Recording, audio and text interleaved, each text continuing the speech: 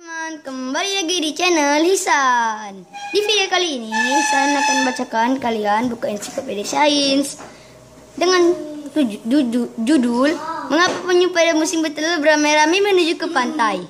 Tapi sebelum videonya dilanjut, jangan lupa like, share, and subscribe channel aku ya guys. Jawaban: penyu yang biasa hidup di laut pada musim bertelur ramai-ramai menuju pantai.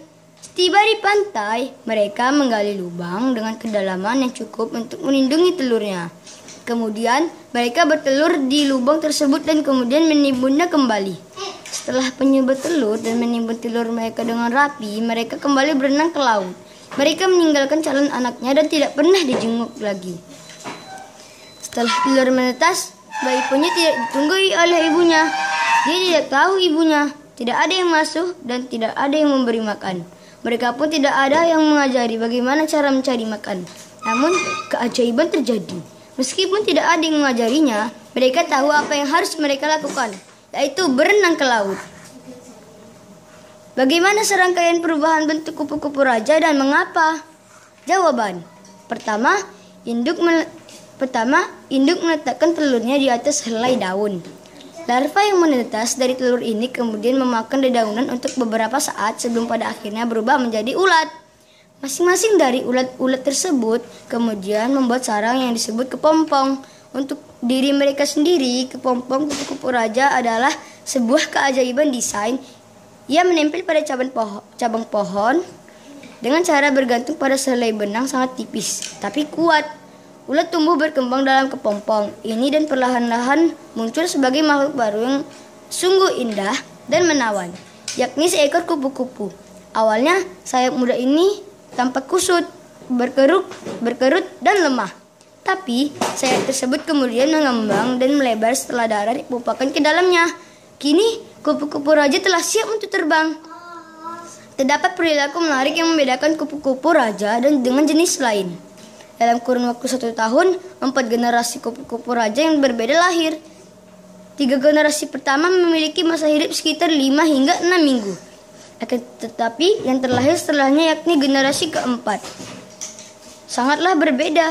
Generasi ini akan terus hidup hingga mereka telah selesai melakukan migrasi selama 8 bulan.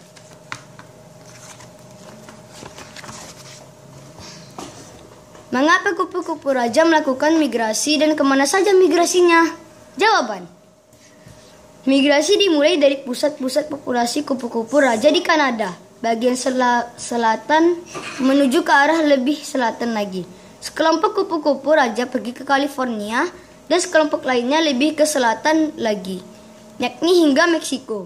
Yang menarik adalah semua kupu-kupu raja bertemu satu sama lain di sepanjang perjalanan, seolah mereka telah menerima perintah yang sama dari satu sumber, dan kemudian bersama-sama melanjutkan perjalanan menuju ke tempat tujuan mereka.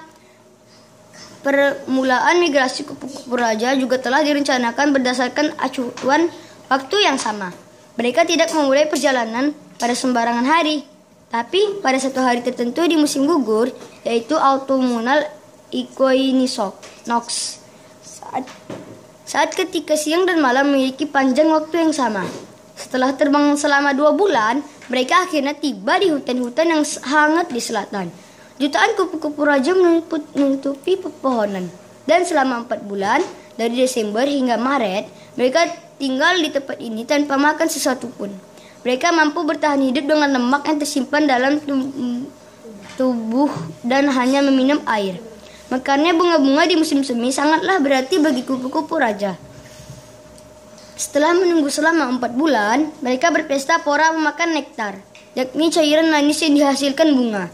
Kini mereka telah menyimpan energi yang akan mereka perlukan ketika kembali ke bagian utara Amerika. Di akhir Maret, sebelum memulai perjalanan, mereka melakukan perkawinan pada hari itu, yakni spring equinox.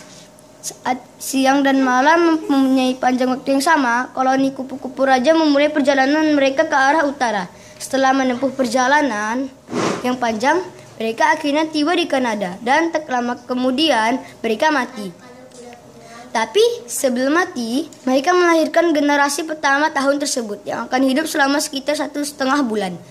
Selanjutnya, lahirlah generasi kedua dan ketiga yang kemudian digantikan oleh generasi keempat yang juga akan memulai migrasi.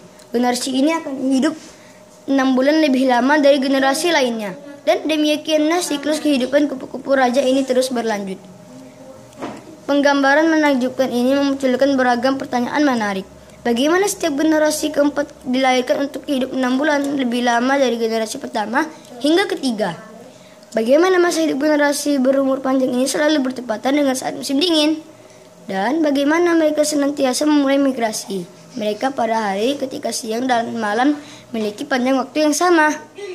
Dan bagaimana mereka mampu membuat perhitungan yang sangat tepat ini? Bagaimana generasi kupu-kupu raja yang baru lahir yang sebelumnya tak pernah melakukan migrasi mengenai jalur perjalanan mereka? Semua ini menunjukkan bahwa kupu-kupu raja telah diciptakan lengkap dengan perencanaan migrasi mereka yang sempurna. Dan mereka mematuhi perencanaan ini tanpa melakukan kesalahan sedikit pun. Jika terjadi kesalahan dalam perencanaan ini, mereka tidak akan mampu menyelesaikan migrasi. Dan jika ini yang terjadi, maka semua kupu-kupu raja akan mati di musim dingin.